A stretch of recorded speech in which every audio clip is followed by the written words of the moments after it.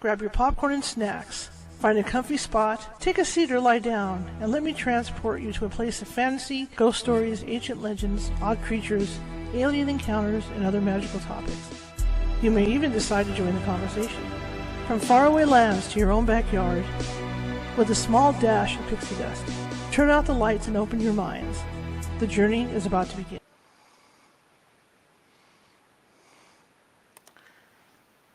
Hey everybody, welcome. How's everybody doing today? I hope you said great. I apologize, I'm wearing my 4 eyes today, but had some contact lens problems. My name is Charlotte. I'm going to be your host for the next hour or so. Let me get this stuff set up here. Never see as well with my glasses on, I'll tell you for sure. Okay, there we go. All right, my name is Charlotte. I'm going to be your host for the next hour or so. I'm also the owner of the California Haunts paranormal investigation team based out of Sacramento, California. We are 45 strong up and down the state. That means that if you think you have a paranormal problem, we can help you. It might take us a while, but we can help you. That being said, welcome everybody. We have a great show lined up. Actually, if you need to find us, before I forget to tag that, you can find us all over social media. Just Google California Haunts Paranormal Investigation Team, and you will find us. So, that being said, now we can get going. That being said, I have some great guests lined up for you tonight. Margie Kay and, I believe, Violet Wisdom are with us tonight. And this is something that I've always, for a long time with my own paranormal group, I struggled with, was finding somebody that could research that knew how to research a haunted location. And Margie and Violet do just that. And Margie also has been a paranormal investigator for quite a while, and she's very good at what she does. So they're going to be telling us about their investigations and the research they've done on some houses and things like that. So without further ado, let me bring them in.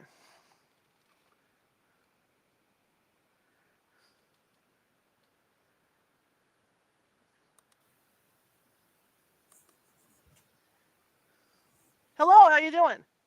Great. Thanks for Hello. having us. Yeah, you're welcome. I had to adjust my camera before I came in. Look at this. It looks like I'm sitting on the floor.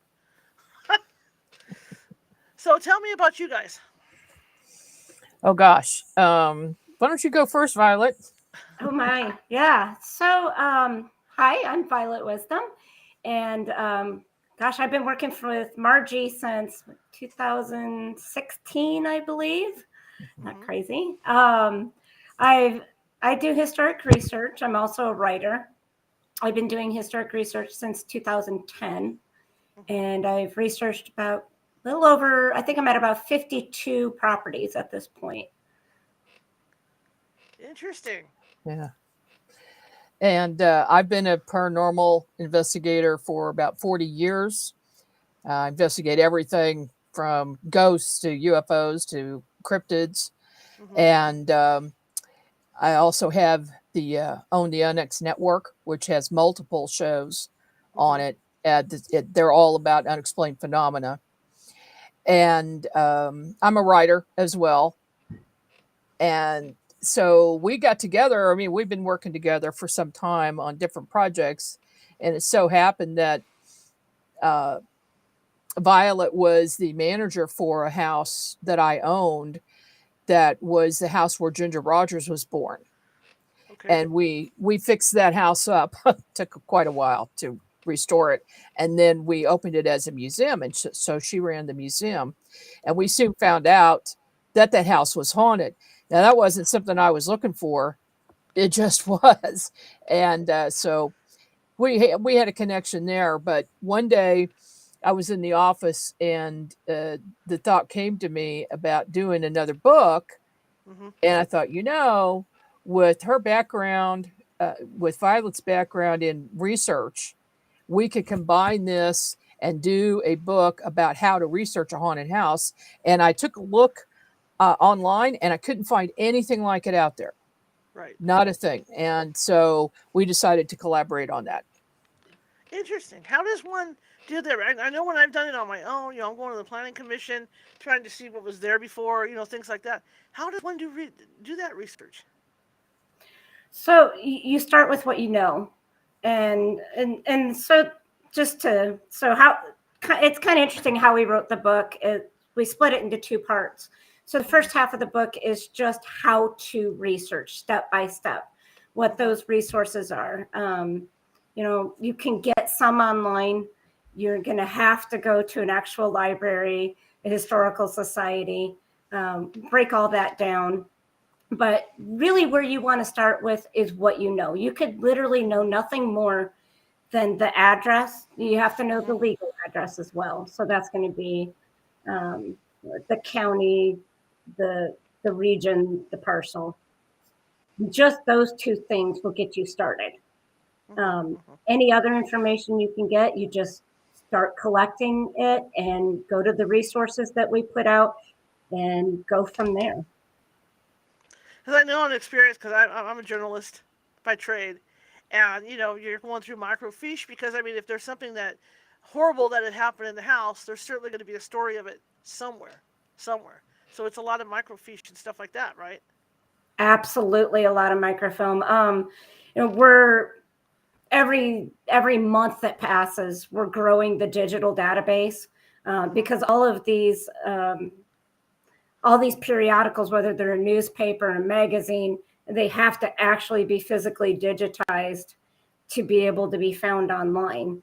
So there's more and more coming online. But like, for instance, our local paper that we rely on a lot for research, I think there's about 4 years that you can find online. And this paper's been around since the 1800s. So unless you're researching just that 4-year span, you have to go to the library. Okay. So can you tell me about some investigations that you guys have done where research has proven, your theory that something has happened in that house, in particular has happened in the house? Well, we actually covered that in the book. We took a house that I lived in when I was a teenager in Springfield, Missouri, and used that for our research project. And I explain in the book how I knew the minute we walked in that house when we moved in that it was haunted because this cold, just extreme cold walked right through me and my mother at the same time. And I said, Mom, this house is haunted. She goes, yeah, I know. And it turned out to be the most haunted house I've ever been in, bar none. After all the investigations I've done, hundreds of investigations for other people, and I've owned other houses that are haunted. I have 3 right now that are haunted, but that one takes the cake. So I thought this is perfect because there was so much activity there. There had to be a reason. There had to be a history. And it was an older home.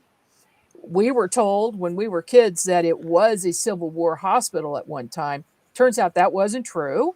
Violet found that out, but it was a doctor owned it, and it was a makeshift hospital for a time.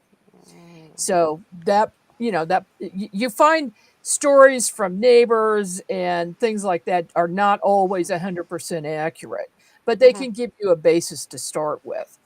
And oh gosh, we had all kinds of things happening. We had apparitions show up. My sister was the first one who was affected. We heard her screaming the very first night we were in that house, and we ran down the hall to her room. And we didn't have the beds fixed up yet. We just had our mattresses on the floor. First day we moved in.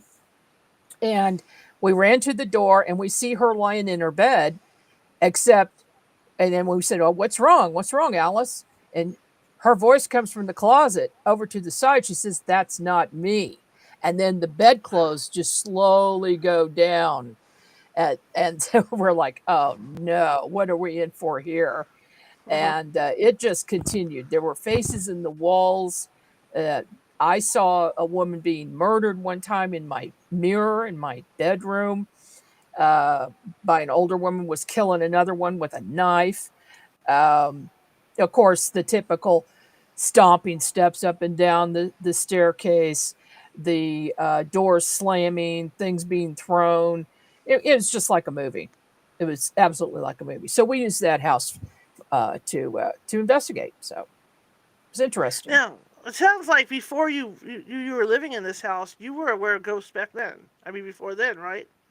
Oh, I was. Yeah, Okay. I saw my first ghost when I was 10 or 11. This head just the head was floating at the foot of my bed. It was a man, and he was talking, and I couldn't hear him.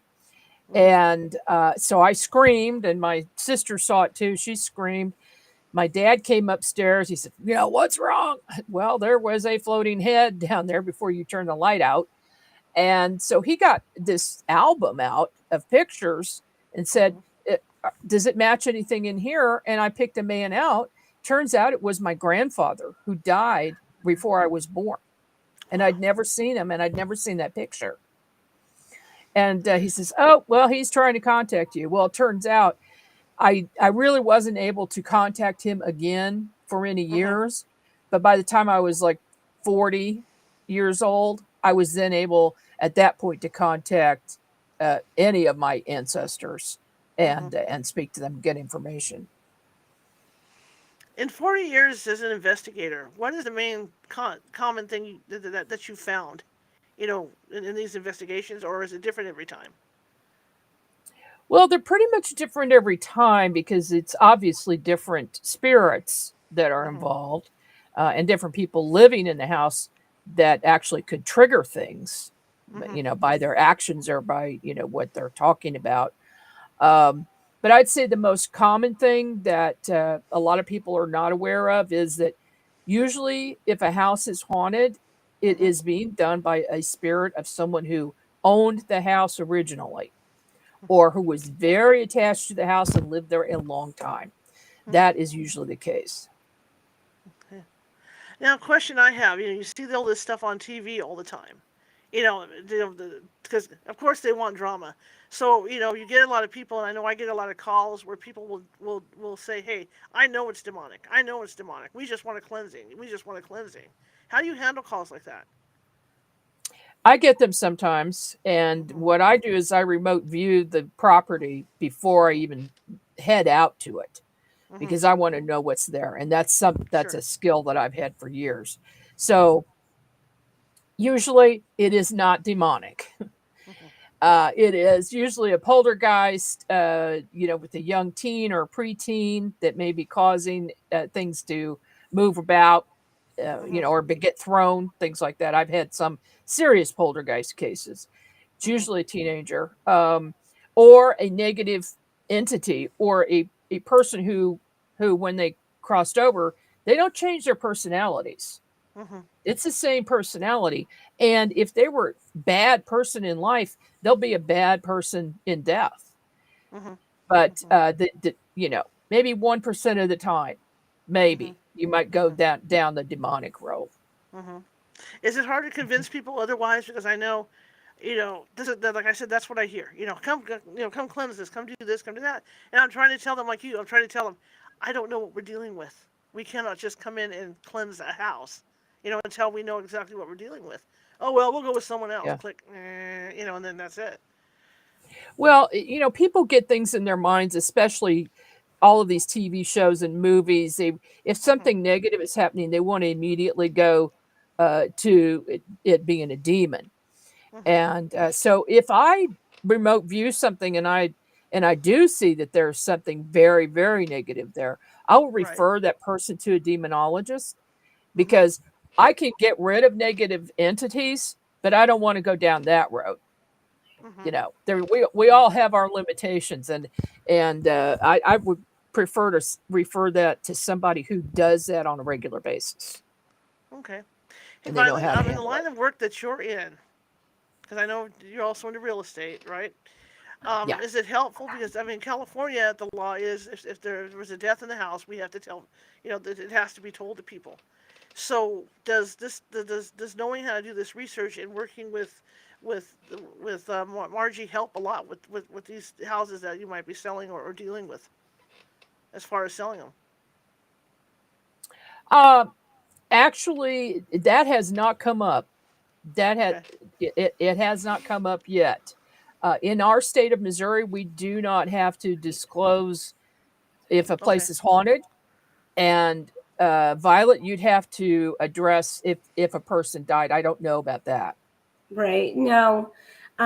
So every state can have its own regulations when it comes to real estate disclosures. And most states do not require you disclose a death. A few states will require something heinous if it's recent, say last 3 years. Okay. So by law, you don't have to disclose that. But if you know, if it's in fairly recent history, or even 10, 20 years, if it was something that made the news, people were talking about it, people are probably still talking about it. The neighbors definitely know about it. So by being upfront with that situation, you don't end up with someone buying a home and then now you have a very unhappy buyer. Absolutely. So, yeah. So when you go, so Margie, when you go into a house, and does Violet usually go with you? You know, when you do go to the house to check out the property and stuff, or is this an after call to say, "Hey, Violet, I'm in this property and I need to get some research done." Actually, we have only investigated one haunted house together, and that was the Okay. Ginger Rogers house. Um, but we do have some things planned in the future Mm-hmm. with investigations, and I'm sure that that she'll be involved in that. Mm-hmm. If not, if not filming, That could be. doing that part. Yeah. Yeah, a jack of all trades. Mhm. One of the projects that we kind of did together, it was just more of, gosh, I'm curious. I want to know. I did research our office. I Oh yeah. dug up Yeah. all the history on our office, and it's an interesting building because it's a commercial building that could also be residential. It's just a really interesting place. And one of the things we noticed at the office is that there'd be these little piles of like dust right by the front door when you come in. You come in the morning, no one's been there, and there are these just little piles of dust. And Margie had heard a swishing sound before in that area. I thought that's really strange.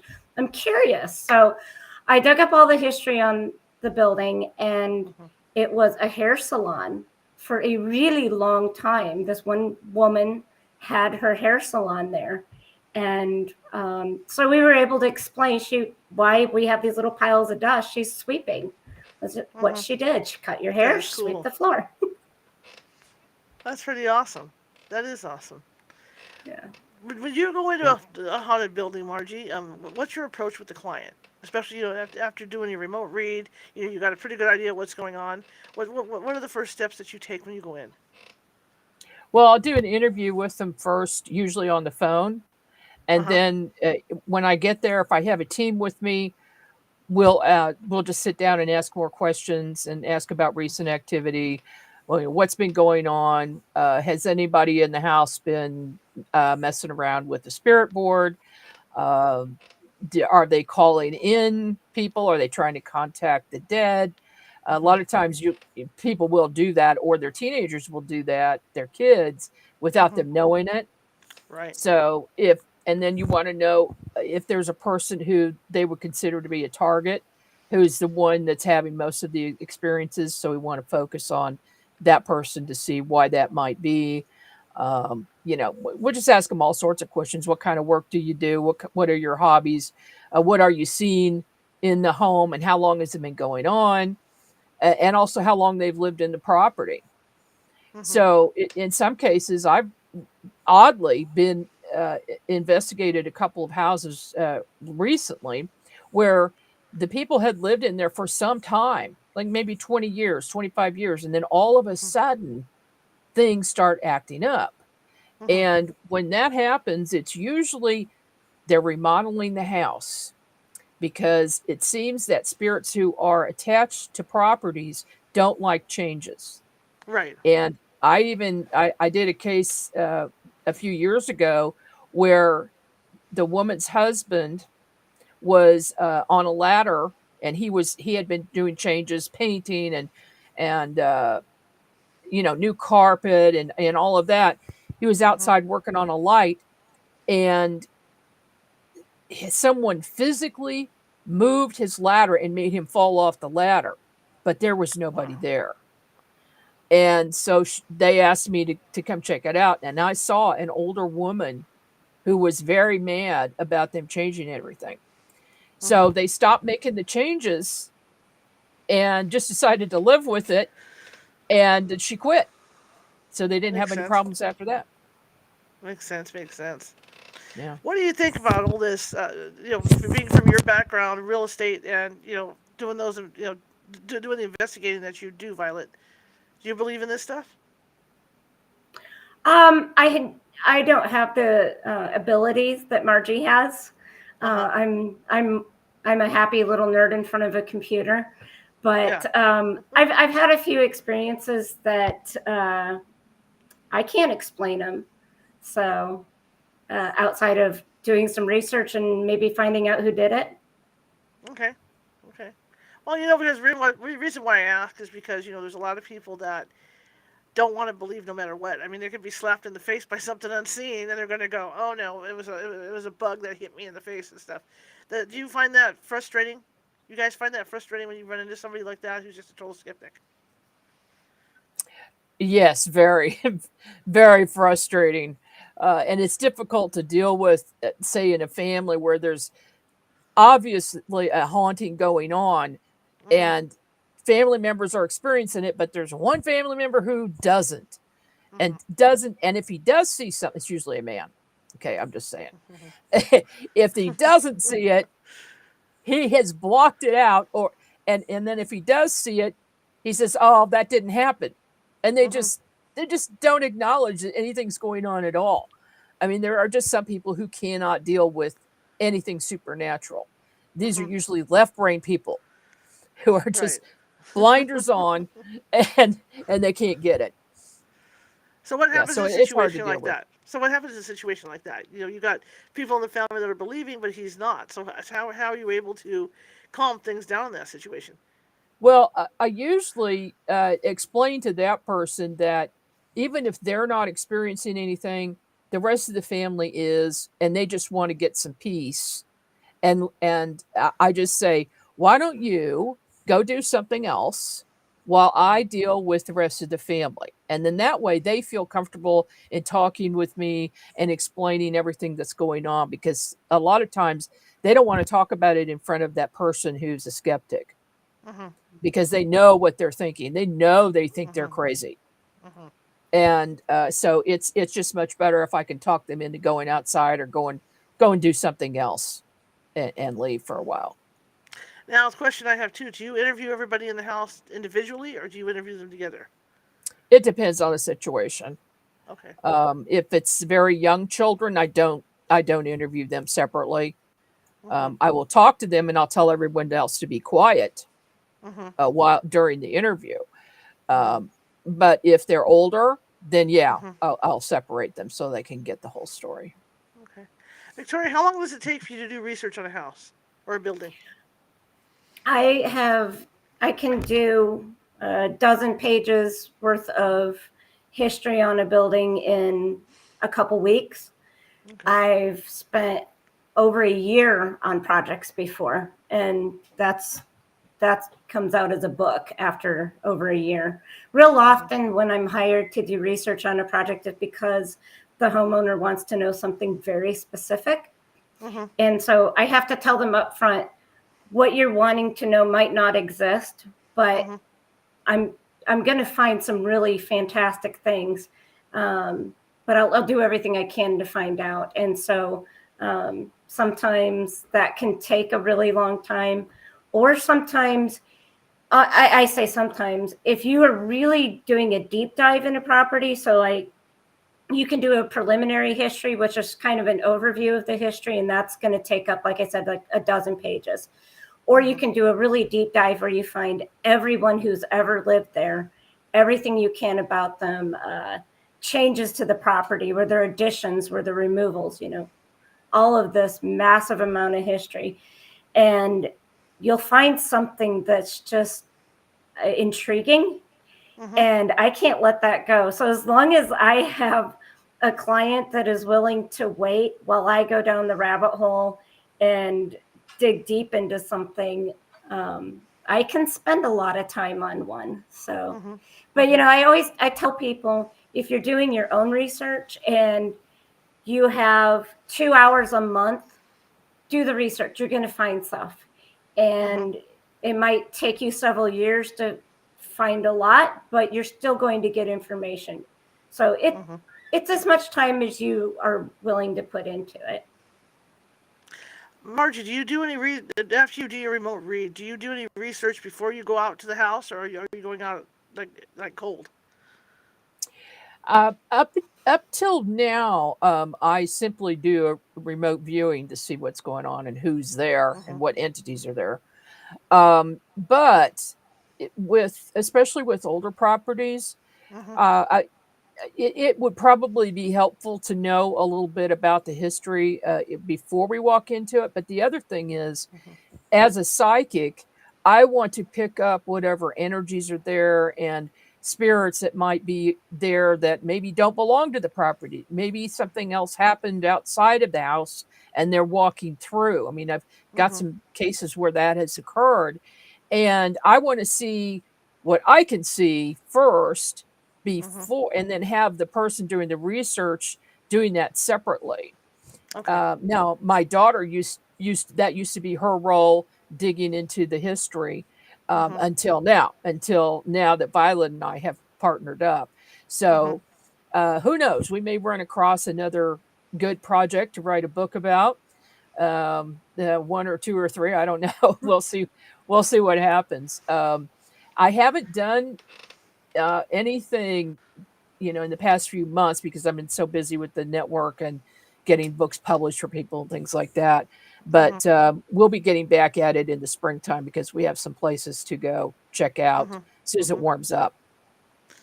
If somebody wants to research their own property, where should they start? Again, start with what you know. You can. I always say, talk to anyone who's willing to talk to you, but take it with a grain of salt. Because urban legends, they're really fun and they're great, but they're not always accurate, and that might send you down the wrong direction. So write it down and then do your own research. Even some of our old history books, like in the 1980s, it was almost like a fad to do a print of your town's history. Those books are all over America, and they're full of lots of lovely stories that have, some of them are 100% true, but I'll tell you, some of them are probably only a little bit true. So they're a great place to start. Just write everything down, talk to people. One thing I will caution is when you're talking to people, whether you're going to interview someone to get more information about a resident, or you're just talking to the neighbors or maybe family members of the people that used to own your home, you might not want to throw out why you're doing the research if it's because you believe the house is haunted, because some people just can't handle that and they'll be done with you. I did one house out in Rockland area out here that they were having all kinds of activity. The kids were seeing stuff. They had a ball of fire go down the center of the house that they saw. And we go across the street and we find out from the neighbor that the neighbor had uncovered three tombstones on their property. And then going back through research, it was one of these old cemetery plots. And that's where it led to. Yeah. Back in the day, cemetery plots were on your property. Cemeteries as we know them I say they're fairly new, but they were usually in town. A lot of them, they weren't formed until mid to late 1800s. And if you lived out in a rural area, you buried your family had a small burial plot right there on the property. So, and those are protected, by the way. So if someone does find one, you have to find out. There's federal laws, and then there are state laws as well. But I agree with you 100%. Not, like when we went across the street, all we wanted to find out, because we had heard a rumor that they had uncovered tombstones, so we didn't say anything about why we were going across the street. We just said, hey, we're really interested in old graveyards. And then we heard that you uncovered some tombstones, and that's where we were able to, start there and then go back across the street and go, oh, wow, this is probably what's going on. It's a big plot of land. that at one time in the cemetery. Have you ever, Margie? Have you ever run into a situation where you just got people in there that just freak? Something happened where you realize that maybe like that. Oh, your house is sitting on a cemetery or anything Oh like that. yeah. Yeah, we have one right here in Independence. A business owner had a haunted business, and I Mhm. investigated that. And then she says, "By the way, could you come check our house out?" And because I've had all kinds of activity, and I found out it was built right on top of a native burial ground, and that is not good. That is never Mhm. good. There's I've dealt with a lot of Native American guardians in Mhm. spirit form who guard that land and that property, whatever was there, and they are not going anywhere. Mhm. So, Absolutely. uh, yeah, if the people are, it's usually a developer who does it, and in this Mhm. case, that is the case, where they didn't even move the bodies; they just built over them, Mhm. and that's like the worst thing you can do.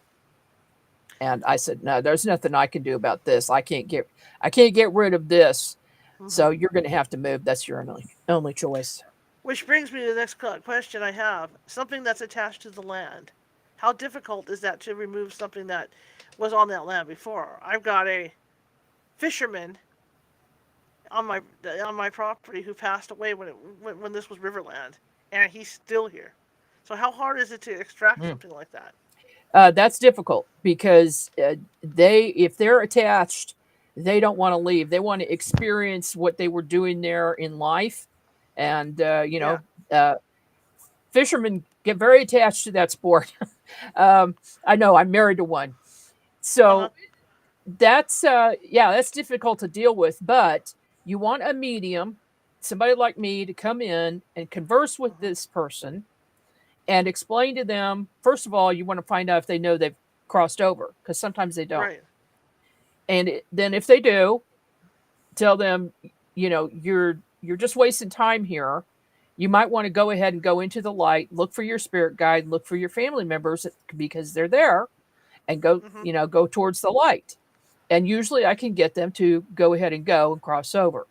Now sometimes I run into a pesky spirit who just wants to play pranks once in a while, like the one that lives in the Mhm. house I'm in right now. Mhm. And we've been here for 39 years almost. And he showed up at the beginning, and then every few years he does something crazy. Mhm. And then in between time, nothing.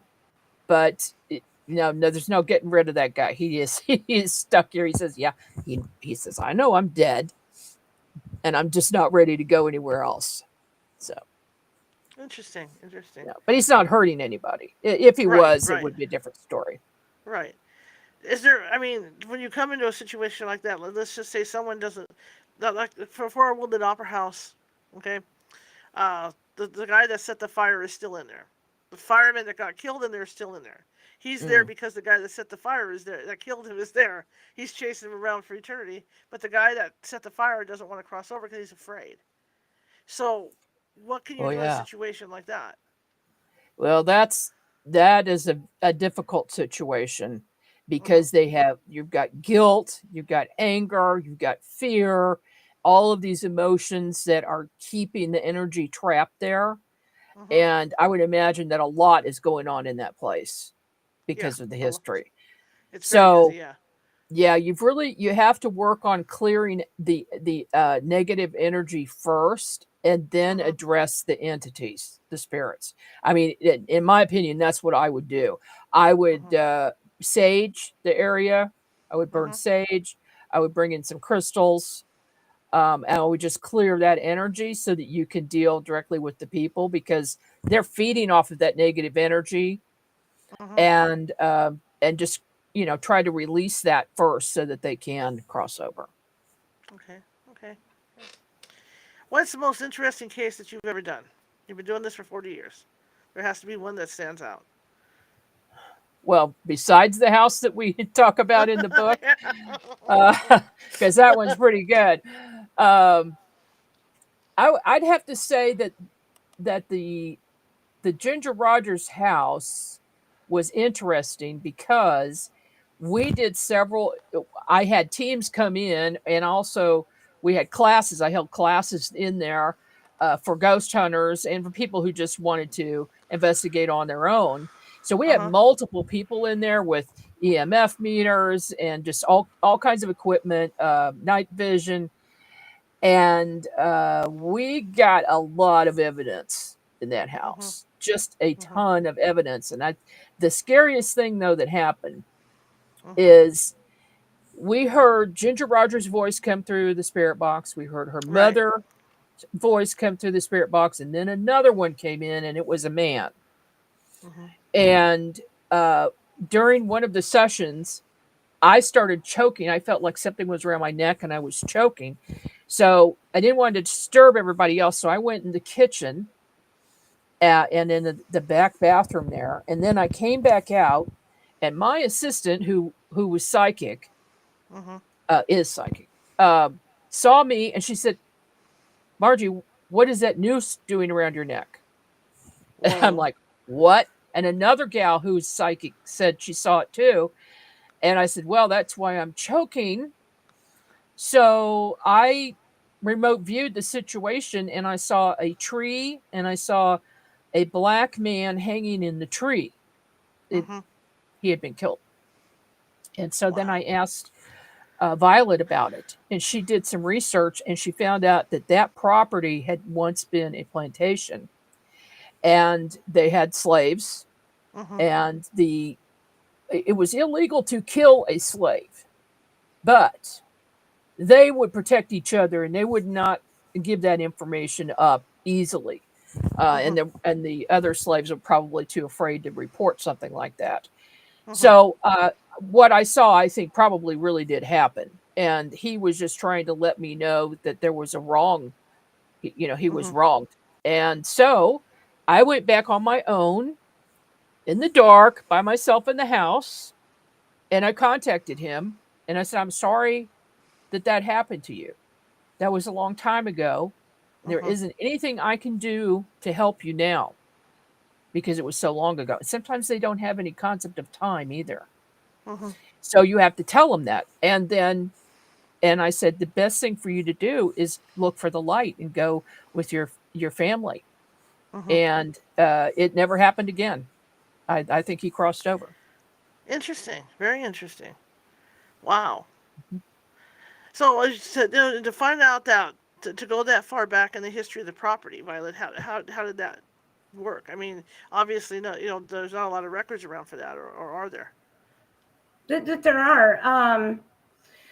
You're not as likely to find out necessarily who residents are when Mhm. you go back to, say, early to mid 1800s, Mhm. but you will definitely still be able, unless there's been some kind of fire, which is honestly pretty rare when it comes to recorder of deeds. So this is a deed transfer. So if you ever owned a house, you bought it from somebody, right? Mhm. So that person that you bought it from, their name is written down in association with the legal description of your property. They Mhm. bought it from somebody. The county you live in has that recorded. It goes all the way back to the original land patent Mhm. that would have been the first person to take ownership of that property from the federal government. So, this wasn't where we are right now. It was Spain, it was France, it was indigenous land. Right. It wasn't the United States. So once it became the United States, to have ownership, you had to go through that process with the federal government. And then, Mhm. yeah, there's an actual traceable deed process to go all the way to the current owner. I like to go backwards, but that's why I say you write down everything you can, because you can go forward, you can go back, you can go. It Mhm. depends on how your records um, are kept in the county. So interest where we live, our main county courthouse, the records go backwards, which is what I prefer. But Mhm. if you live in Kansas City proper, if your property's in Kansas City proper, you have to go to the Kansas City county office, and that's where those records are held, and they go forward, which is kind Mhm. of a nightmare with research, because I have to find out who owned it in 1820 so I can get to who owned it in 1910. And that's frustrating. But, and the only other way to possibly find residents too is, again, newspapers. People used to put their addresses were put in the newspaper if they had a tea party with their Aunt Lula who came out to visit from New Hampshire. It would be in the newspaper in a couple days. Interesting. Very interesting. Has there been a case where, children were involved that it was a kind of like a kid going through puberty? Because I have this thing about, informing people, and I like to inform people about stuff that's out there. When a child goes through puberty, what happens generally? Well, their hormones go crazy and their emotions are crazy. And a lot of times that manifests in the form of energy. And then they can cause things to happen even if they are not aware of it. They can make things move. They can make things levitate. They can have dishes. I had one case with a teenager. I think they were like 14 years old, and everything seemed to happen when that kid was in the house. When the kid was out of the house, nothing happened. And they even had all of the kitchen cabinets fly open at once, and all the dishes fly out into the middle of the room. We're talking about stuff like that. Right. And so I sat and talked to the family for a few minutes, and I knew immediately what was going on. And I explained it to the child and the parents. And she started to calm down, and I asked her what things were bothering her. It turned out she was being bullied at school. And so that was what, all this emotion was about. And I just gave her some ideas, and they called me back in a couple of weeks, and they said it wasn't going on anymore. Oh, interesting. I guess that happened, but once they get through that, it does stop. But I know there's historical, and what I have for that, and it's funny because sometimes it's hard to explain to people what's going on.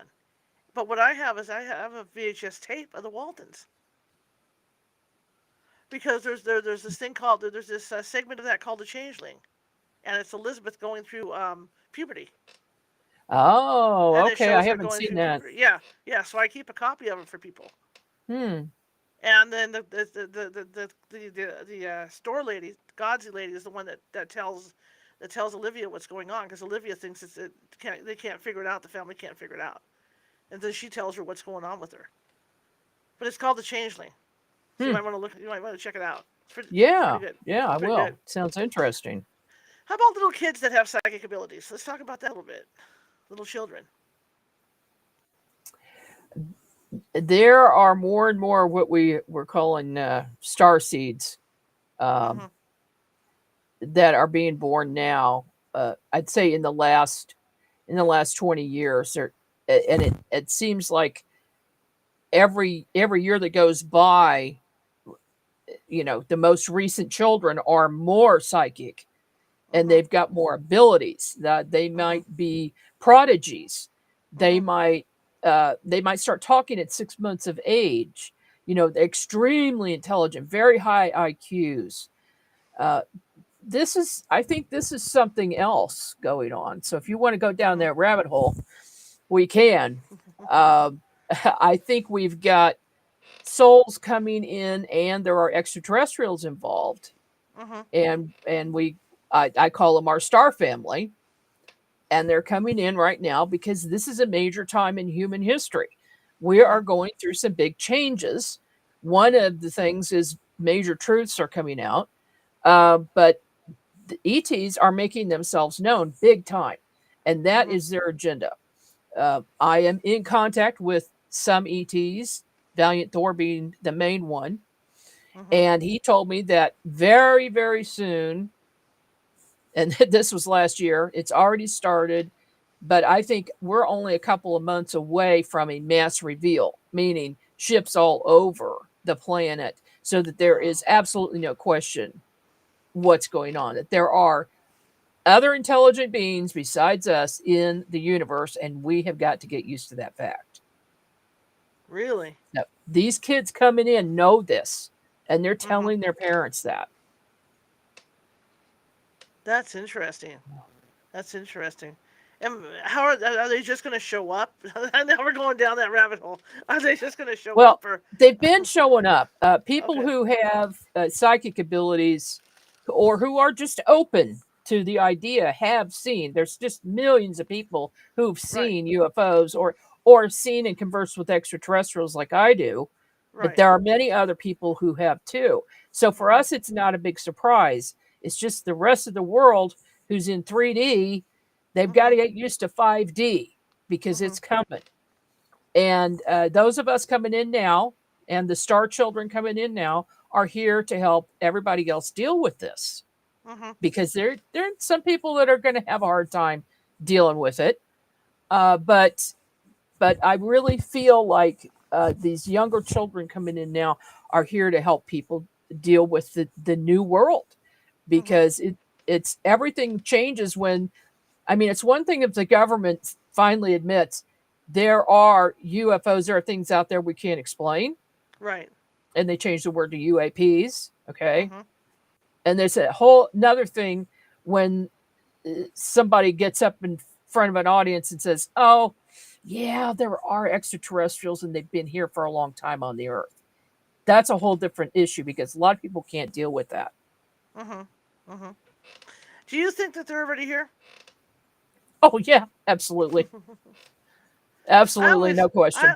I always think it's going to be a vision that it's going to be somebody you know in your neighborhood. You know, you don't realize it, but it's some kind of hybrid, and they're going to come Oh, out, yeah. and you're going to find all this out. That could very well be because there are hybrids, and Mhm. I've even seen some people who are reptilian hybrids, and their eyes will shift to a reptilian eye or eyes, and then go back.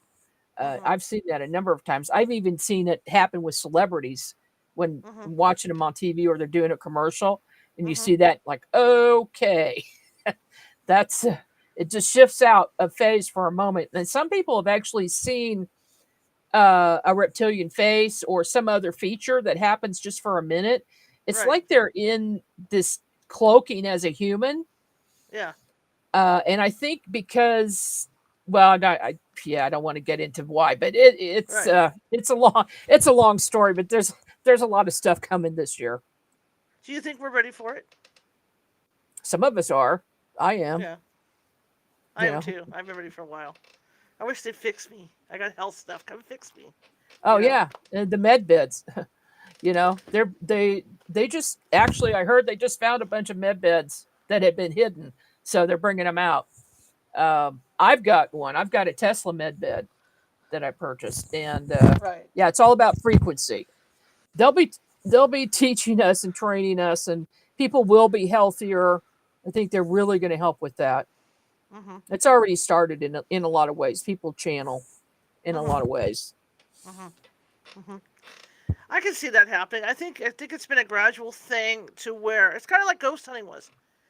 When I first started ghost hunting 20 years ago, I Hmm. remember you when you walked into when we were filming somewhere, and we would have to walk into to a city to the city and say, "Hey, we're going to be filming." It's kind of like you were looking at the ground, going, "Oh, I'm looking for ghosts." You know, it was really something that nobody talked about. And then, and I Hmm. hate to say it, as the TV shows came out, then it became Yeah. cool. It became hip to be a ghost hunter. So people would go, "Oh yeah, I love it. Can I come down there and watch you guys do this?" But at first, it was one Yeah. of these things where you were really shy about who you told about it, right? And that's how I think with what's Yeah. going on with the aliens coming and all this. I think it's been a gradual buildup, so that nobody's going to be all that overly shocked. Yeah, I mean, look at the movies and TV shows Yeah, uh, about that stuff. You yeah, mentioned the towns and the hauntings, and you're mhm, getting a permit or something to do your um, the a lot of towns now have finally figured out that they can make money with their real haunted houses. I mean, Violet knows about that. Um, didn't you have a case where a town needed to find a way to earn money and bring money in, and then they changed their minds about some things? Yeah, yeah, they were facing a bit of a bankruptcy situation, and they decided, someone came up with the idea, hey, what if we had ghost tours? Uh-huh. And I said, well, we'll put out a message to everyone in the town to contact us with why their house is haunted. Uh-huh. And they were bombarded. And Mhm. so now they have this huge nearly ghost tour, Mhm. and they're doing well financially. They can. They can. In fact, I've done ghost tours in the past where I've given stuff back to the hotel, the old hotel. When we're taking like 2% and the hotel gets the rest. And they can do really well financially. In fact, there's a lot of places that charge you to go that are exorbitant now because a lot of these groups will pay it as well. But it's a good way for them to make money and capitalize off it and to bring tourism in, even though It is. it's yeah. It's great too for historic preservation. Yes. It's becoming a member of a historic society, a board. That is something that's getting harder and harder to get people to join into doing that. Younger Right. people are just busy, and I don't know. I don't think I'm young, but I'm like one of the youngest members of most of the historical societies I belong to, and Right. so trying to find ways to get people involved and see the value of this building that needs a lot of repair or work or love. Mhm. You have to sometimes meet them where they're at. And if that's what they're interested in and they're not interested in reenacting a tea party, Mhm. then why not? Yeah, absolutely, absolutely. I just think it's great how it's done that. I think it's great how that turnaround from being, where it's almost a secret to want to do this, has turned into something so big now for people. Oh, it has, and the TV shows, like you said, are no doubt the impetus for that. Mhm. And I just think, of course, I don't agree with everything they do I on don't some of even. these shows, Mm-mm. especially the very very aggressive ones. Right. I don't suggest that at all. Antagonizing the ghosts, that's not a good Yeah. idea. No. No. Well, I remember when a certain show came out, and I remember going into some place and saying, "Hey, we're ghost hunters. We understand, and this is like an opera house kind of place or whatever, they would look at us real funny, and I'd say, "No, we're not the guys that jump out of windows. We don't do that. That's not our gig." And So we I'm not don't going to yell say at who them. I'm not going to say who it was. I'm just saying. Mm. I I think know. everybody We all knows. know. We know. Everyone knows who it is. Yeah. But yeah, and I remember having to go out there and just Yeah. apologize and go, "Look, we don't do that stuff. I know you see that on TV. It's not like that." Do you find it easier to get into places? Easier to get into places. Yeah, yeah. Like if you're doing a commercial place, you go to an old hotel, that you want to investigate or look into. Do you find it easier They to get there? they usually call me.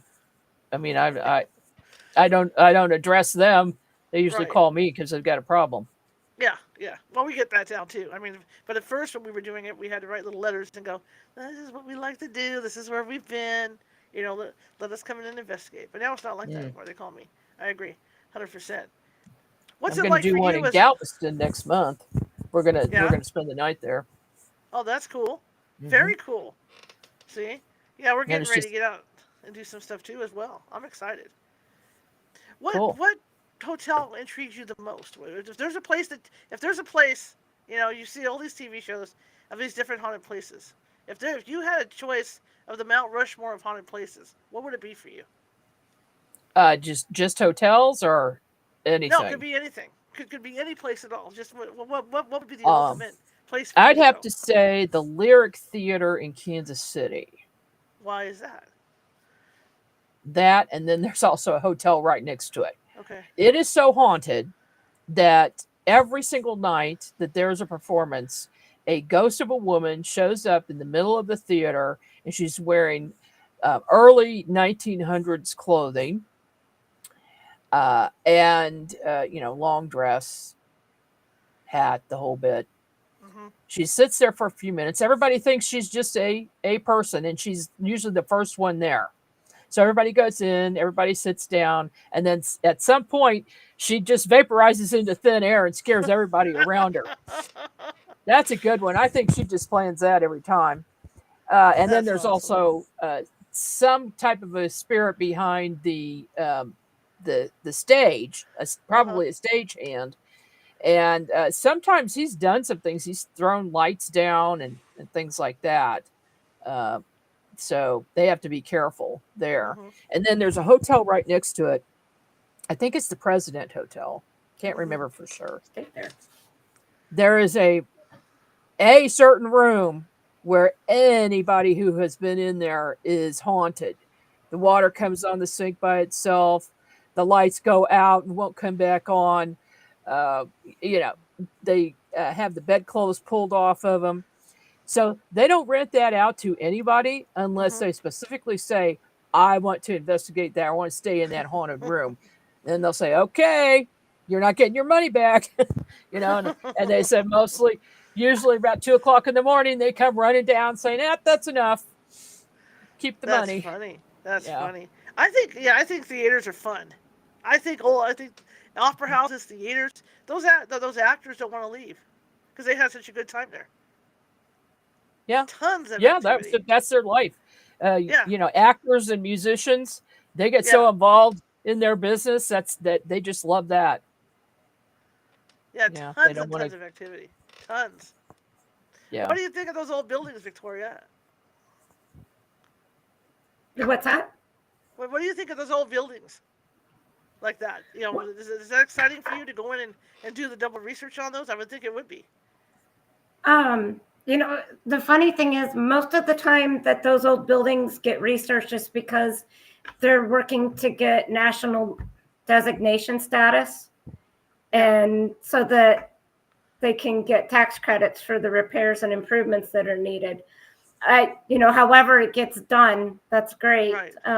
But unless it's something, that has um, something specific to the history of where you live, I don't know that anyone's going to necessarily do the research on them. I've done research on commercial buildings, Mhm. mostly small retail buildings, but it's always a little bit more fun because you've all these different businesses that have been in there, and there's more to find usually in newspapers, even if it's just advertisements. And Mhm. Mhm. um, Mhm. yeah, it's a good time. By the way, I did stay at that hotel, Margie, so I'm Oh, not surprised. did something happen to you while you were there? No, but like the place has the vibes that you're just Mm, expecting it.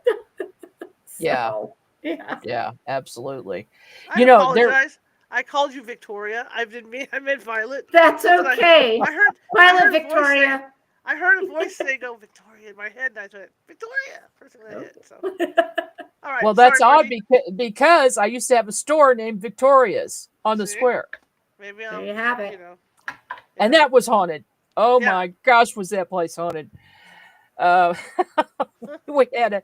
I was doing I wrote a book called Haunted Independence, and so I Right. was doing a class and selling the book, and so I don't know, there were maybe 15, 20 people there, Uh huh. and of course it's kind of dark, Right. and all of a sudden everybody in the audience just screamed, and there was a floating head over to my right. Did the Wow. floating head again? I did. Anyway, it was just this apparition floating there, and then he laughed at everybody and then backed up into the wall, and I'm trying to calm them down, and then everybody else is saying, who's behind you behind those curtains? And the Mhm. curtains just went back to my office. They didn't go anywhere else. And I said, there's nobody back there. And they go, oh yeah, a man peeked his head around the curtains. So I Wow. went back there and looked. There was nobody there. And those people got up and left, and they that would never come to my classes again. Um, and that building, oh, that was so haunted. Stuff like that happened all the time. I couldn't wait to get out of there. I was in a 3-year lease. We had to wait 3 years to get out of that place. It was crazy. But Yeah. So I wanted to tell you something about sure, what Violet found out about the house in Springfield. sure. I mentioned earlier about how my sister was in the room, and then later she saw an apparition of an older lady in her dressing room mirror, and then she turned around and there was nobody there. Uh-huh. Well, about 10 years ago, I went back to that house just to see if it was still haunted. I took my friend Donna with me. We walk up on the steps. All of the windows, the shades are open. There's nothing in the house. It's vacant. And so I thought, oh, let me just try anyway, see what happens. So I ring the doorbell, and the light in the parlor, which is, we could see the whole thing to my left, there was nobody in there. The light came on. I'm like, oh, okay, that's interesting. Let's just wait here a minute. Pretty soon, this older lady in a long to the floor, old fashioned dress, high neck black collar with a cane comes around the corner and stares at us. And she looked 100% solid. And then she just faded out. My girlfriend saw that, just, that's enough for me. And she ran down the steps to the car. And so I told Violet about those incidents and others that had happened there. And she found something very interesting. Now, remember, my sister's name was Alice. Yeah. So- Yeah. And I didn't have all the details on the house. So I knew a little bit about this very specific story about when they moved in and there was a body in the bed that was not her sister. So I'm researching the house, and I found one of the residents. She had come over from France. She was immigrated from France, and she was a widow at the time she lived in the house. And what I saw next, just see, you have to understand, I don't get hired usually to research a house because it's haunted. So this is extra special, exciting for me to be doing this.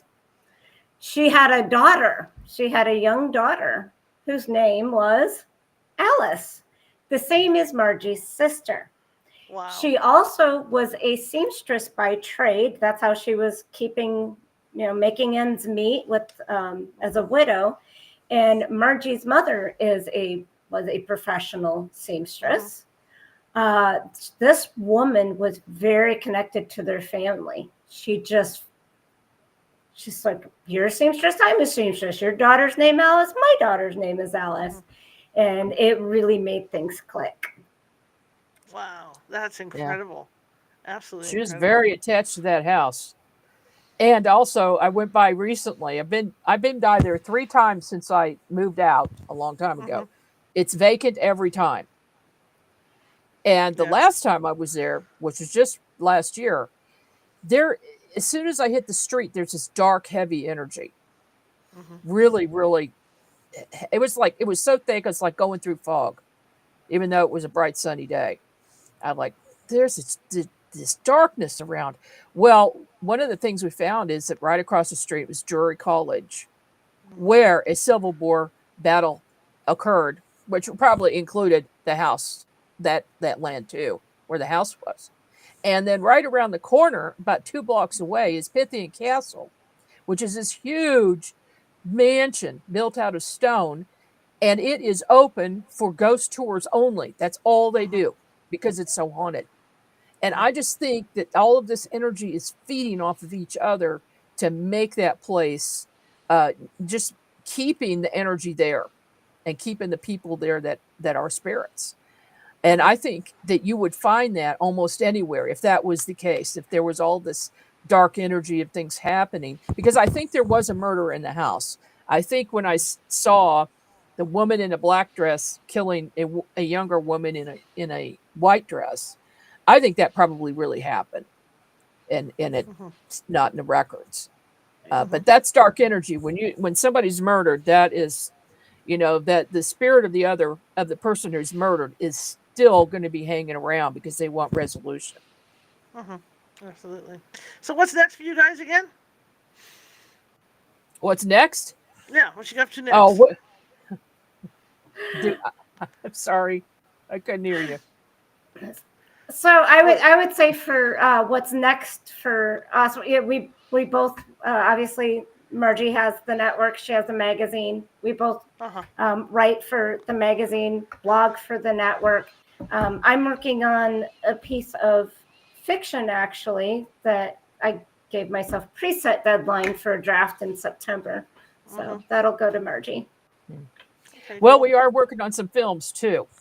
And so, yeah, we've got a project that I was talking to your dad about, Violet. He's our senior videographer for the network. And he wants in on, we're doing a film called Portals. Okay. And it's about real portals in different locations. And so there's going to be an investigation and filming of that. And he wants to get Violet in on that, doing some filming. So now Very I know cool. what I'm doing this summer. just today, Very yeah, cool. Very cool. just thought I'd tell you now on the air. Hey, that's what we're that's a doing. great way to find out what my summer plans are. Didn't make any yet, so we're good. Okay. How can people find you? Nextnetwork.com, and margiekay.com. And I'm listed on you're the network, on, yeah. yeah, you're on the network too. So Violet's on the network.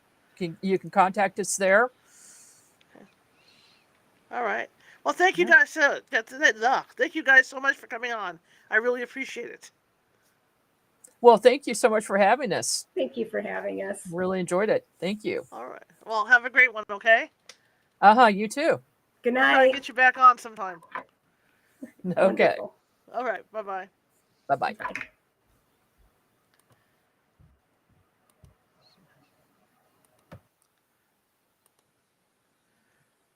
New buttons. There we go. Okay. All right. Wow, look at how low I am. I feel so short. Look at this. I'm gonna have to fix this. This is not gonna work.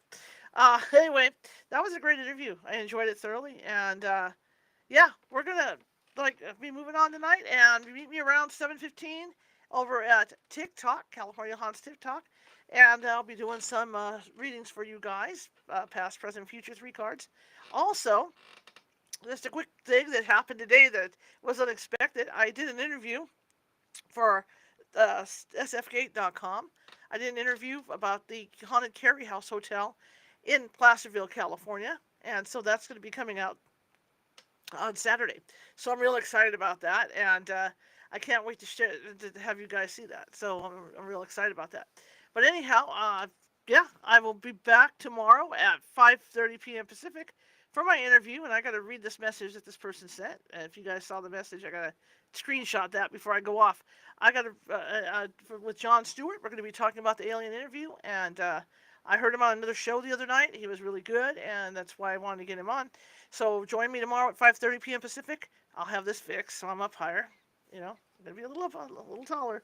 Don't want to be a little elfin. And we'll get all the bugs out of this. But my dog bumped into the back, is what happened, and then everything got off balance. But anyway, I will see you guys tomorrow, 5:30 p.m. Pacific, for Jon Stewart. Also, yeah, check out that article. All right. And Friday, we're going to have Gingerbread House build that we're going to be doing. It's going to be Valentine/Christmas gingerbread house build. That'll be at 3 p.m. Pacific. And then Nancy Matz will be with us Friday at 5:30 p.m. Pacific, like as usual for Casual Friday. And then we'll be back over at TikTok at 7 p.m. Pacific for readings. Okay? I'll see you guys, and have a great rest of your night, and see you in about 45 minutes. Bye.